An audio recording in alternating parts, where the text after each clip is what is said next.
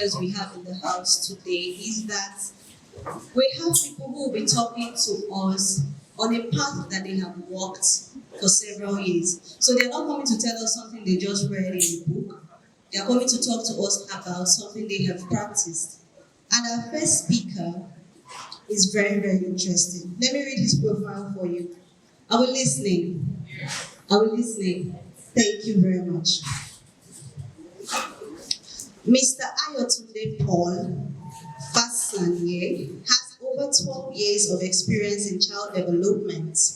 He is the president of Global Takers Foundation for Child Development, which has reached about 5,000 children, running assessment and training to foster early development. Interesting, right? Ayotunde also volunteers as the current Director General of the African Space Foundation, a non-governmental organization in partnership with NASDAQ, with a vision to spearhead the advancement of space science and technology in Africa through early childhood training in STEM and robotics. One house, please. Thank you. Ayotunde holds a master's degree in financial management and has numerous child development certifications. He has a vision aligned with SDG 1 of eradicating poverty through the educational development of children at an early age. He is a Mandela Washington Fellow, sponsored by the U.S. Department of State of Young African Leaders. He is the author of 2 published books on child development, of which I believe he will tell us about those books when he comes up. Please, with a round of applause, can you welcome Mr. Ayotunde? Thank you. Okay. Good morning, everyone. How are you doing today? You're all looking beautiful. Okay, before I start, I would love to always do an activity so that we just are together on the same frame of mind. Today I'll be talking about diverse pathways to education, and then we just look at some of the areas that can help you with human capital. And we'll also talk about the statistics in Nigeria generally when it comes to human capital development. So I want to volunteer on each table to stand up. One volunteer. Look at just look around and you guys select one person. Just one person. Thank you. Please stand up. Let's give her a round of applause. All right, let's have one person stand up. Just a volunteer. Should I pick one person? Okay, thank you. Thank you.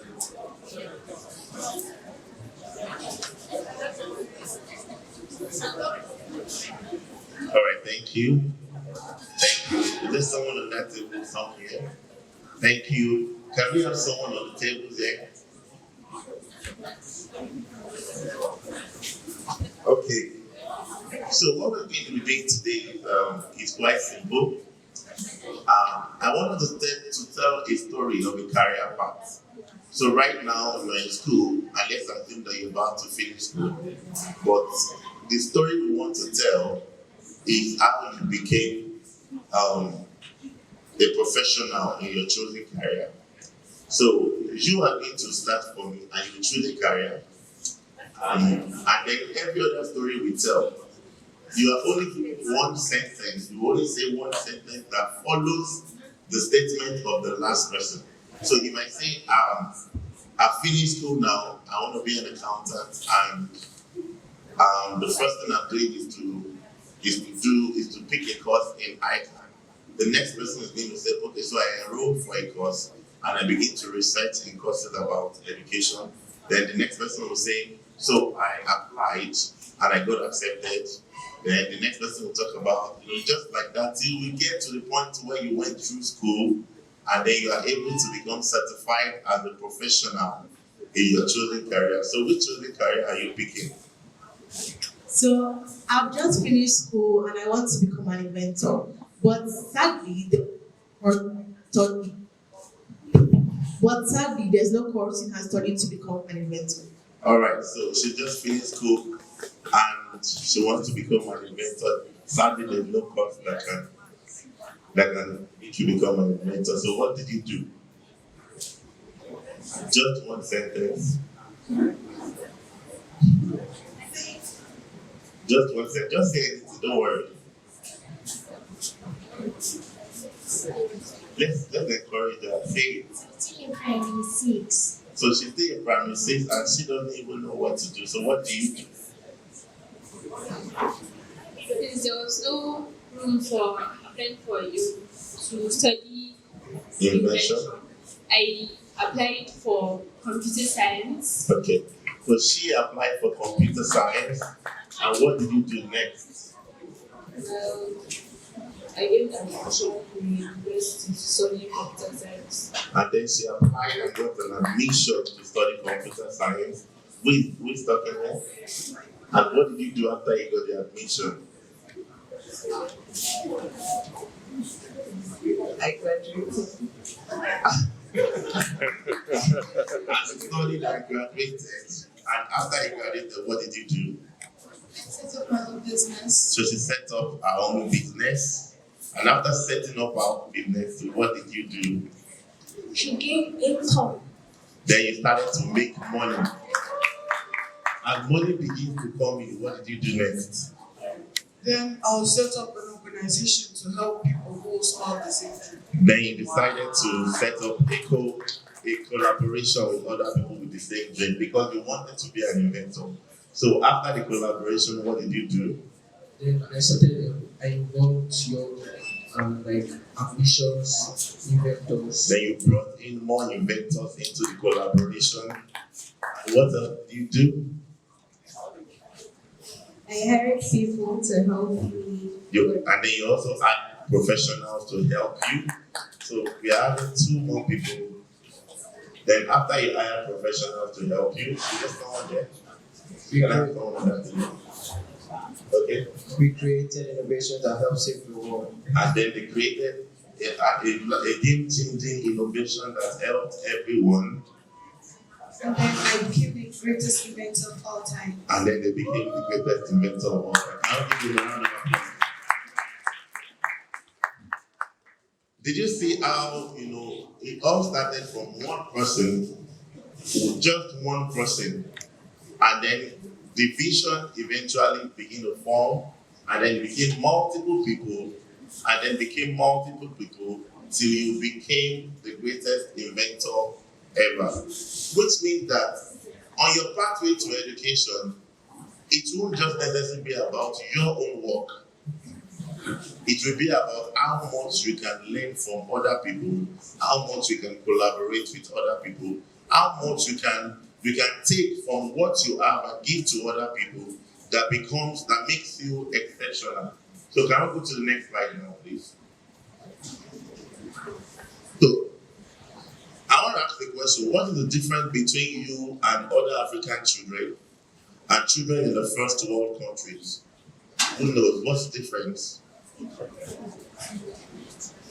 answer that question? Where's the mic? What's the difference?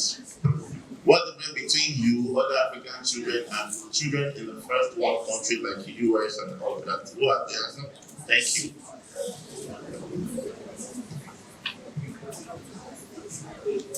First, us. Let me first go with African countries because some African countries in the world right now, like in Africa, they don't have the educational system that we here have. So they are like illiterate, let me use that word, and other first world children, countries involved in World War, it really affected them as well. Like for us, we were minor partakers in that event. Yeah. Can we give her a round of applause? That was a very brief answer. I'll just take one or 2 more. Opportunities and environment around us. Wow, can we give him a round of applause? Opportunities and environment around you. Okay.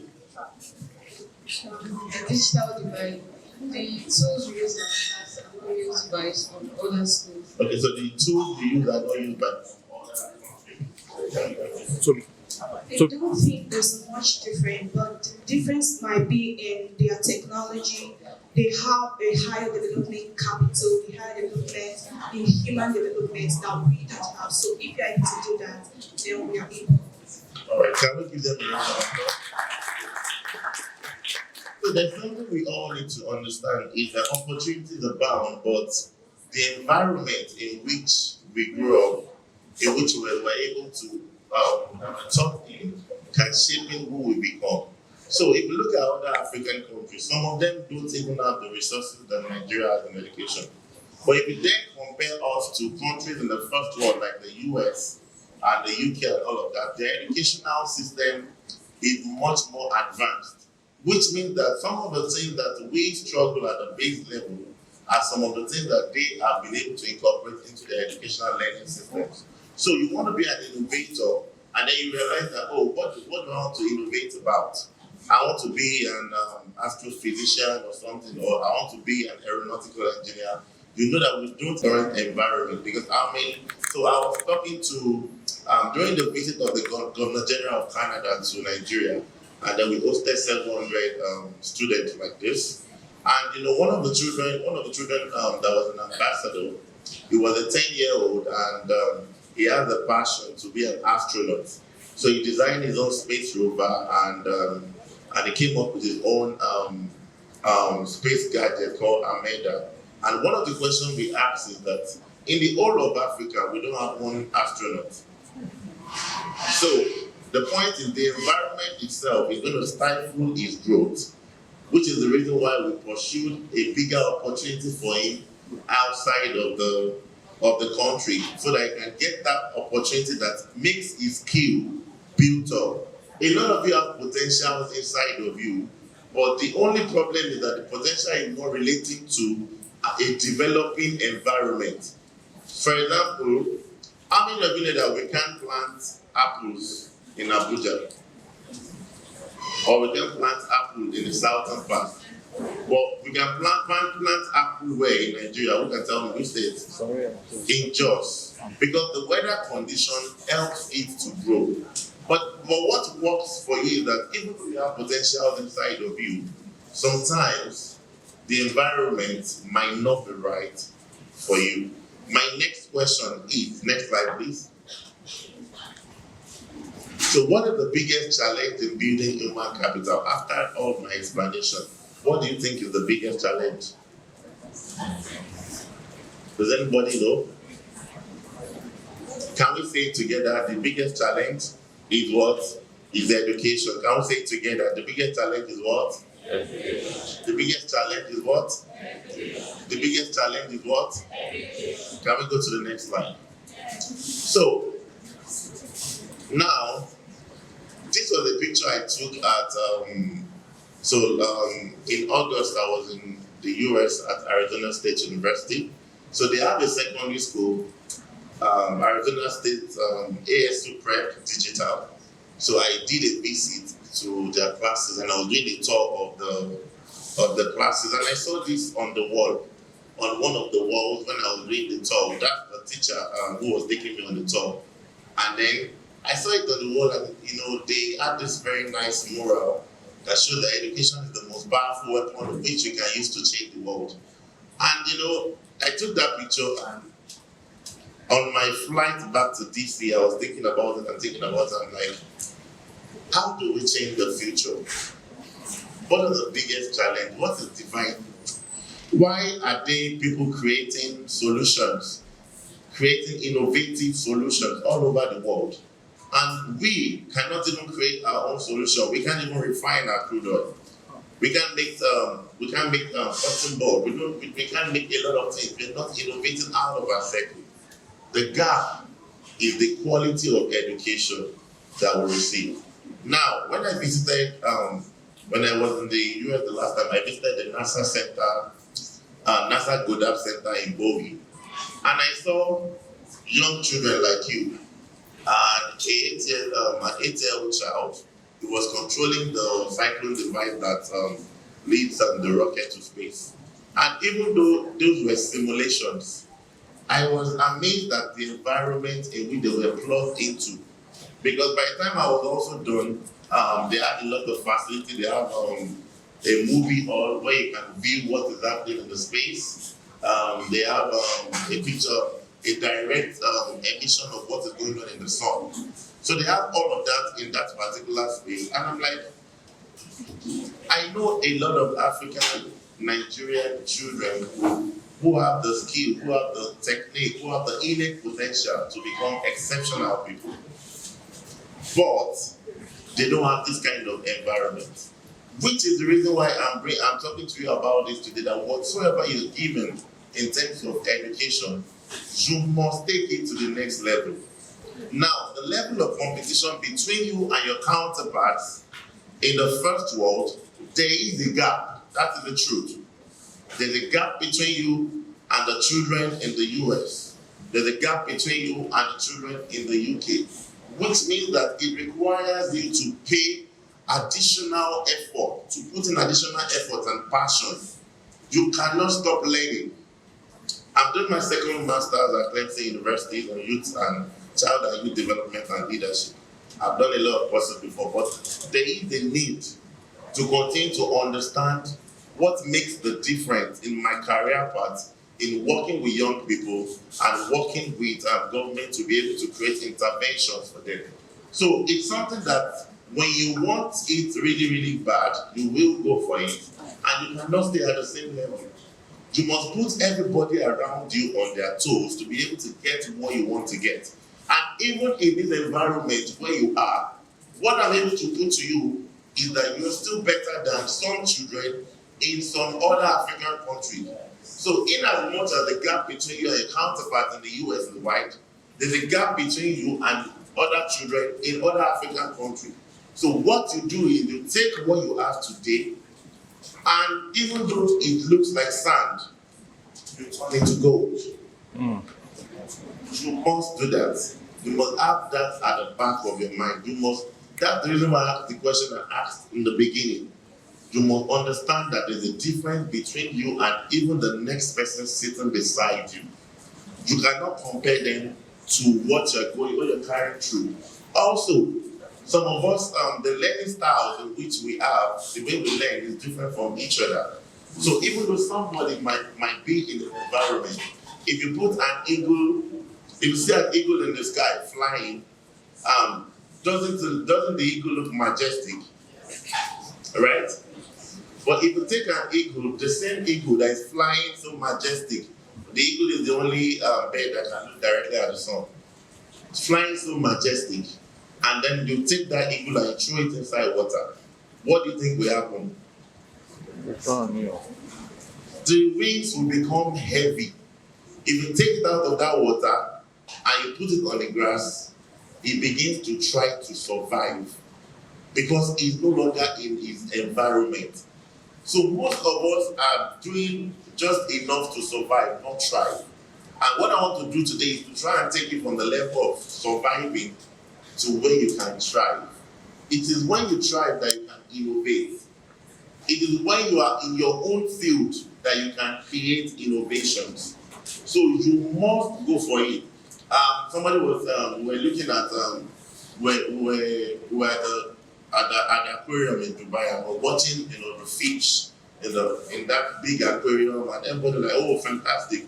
And the next moment, when we got to the market, we saw fishes also, but this time they were on the grass, and it was trashy because it couldn't in the aquarium. It looked so majestic, so beautiful, but once it was taken out of that particular environment, it became an object of pity. All we're thinking of was that fish pepper soup that day, that this fish cannot survive because it's out of its environment. So when you stay out of the environment that you are designed to make impact, then you become an object of pity. You must go for that. You must go for education because that is what builds you up. Next slide. So I'm going to just run a few statistics. Next slide. Okay, thank you. Next one. All right, so let's stop here. According to World Bank Human Capital Index in Nigeria, the productivity of a child born is 34%, even with complete education and full health. This has made project implementation frustrating due to the lack of the required skill set.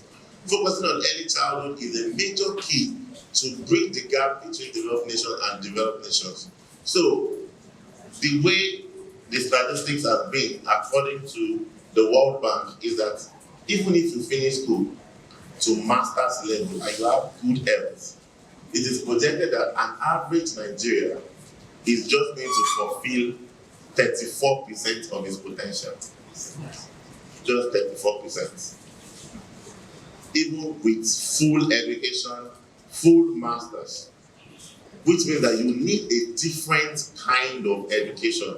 You cannot take the normal Nigerian education. All of these setups that have been made today is so that your mind can be changed in your view of education and the way you want to forge ahead your career path to build a path to success for yourself. And it is when you start to do that that we can finally start looking at solutions for Nigeria. It is when you do that, the statistics are really, really bad. But we need to, young people like yourselves, need to find the balance and carve a niche for themselves. Next slide. So, how do we use education for intervention? Next. So most first world countries have been able to maximize education during the sensitivity age to design development models built for human capital. Now, what they do in most first world countries, I did a case study during my thesis at Harvard Center for Development Child. I did a case study of US, UK, and Dubai. And what basically they do is that they take the young people and project for the future. So what they do is they don't invest in this current generation, those that have passed away. The people they want to invest in is in you, because you are the one that can change tomorrow. So what they do is that they kind of pump you. That's why if you get to the US, there's a scholarship for everything. Everything from cooking to there's a scholarship for everything, because they want you to be at the top of your game. So you also must also take that. There may not be scholarship a lot for you, yes. But at your young age, you must carve a niche for yourself.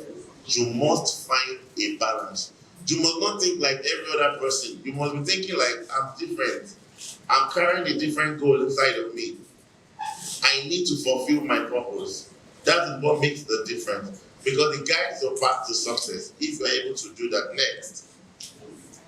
Another thing that frees you from ignorance. Yesterday night I was having a class. Because of the time difference, I was having my class online. And I could, because I'm supposed to be in US, but I'm here. So my class kind of fell around 11 p.m. And one of the guys that was talking, we were put in a group, and she's never been out of the US. In fact, she's not even been to another state in the US. And we were talking about, I'm like, so we're doing a particular course on diversity. And then I was talking about, so you know the way African thinks, we're like, I don't know how they think, I don't know this, I don't know that. She just knows predominantly how a white person lives. Wow. And then eventually we start to orientate her and say, no, there's a different life entirely at the other side of the world. Yeah. At the other side of the world. And you know, that's kind of work. So you must put that into perspective. Next is it builds a knowledge foundation for your career. Next. And it secures your future. So let's go to the next slide. Let's take this to the next one. So how do you engage? What do you see? I'm not going to dwell in this, what attribute or what individual in relation to what context at what time promote what positive human development.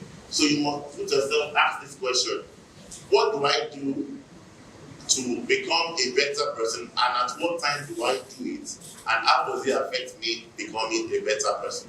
There are three major factors that determine your personality: your genes, your individual choices, and your environment. You must go for a learning environment that increases your capacity. Next. So there's something called mirror neurons. I'm not going to go to that. Next slide. And then I don't want to take this. Next slide, next slide. I don't have a lot of time. So I wanted to run this by you and let you know that there are places for development for you. We have the home system, we have the school system, we have the community, we have the culture, and you have time.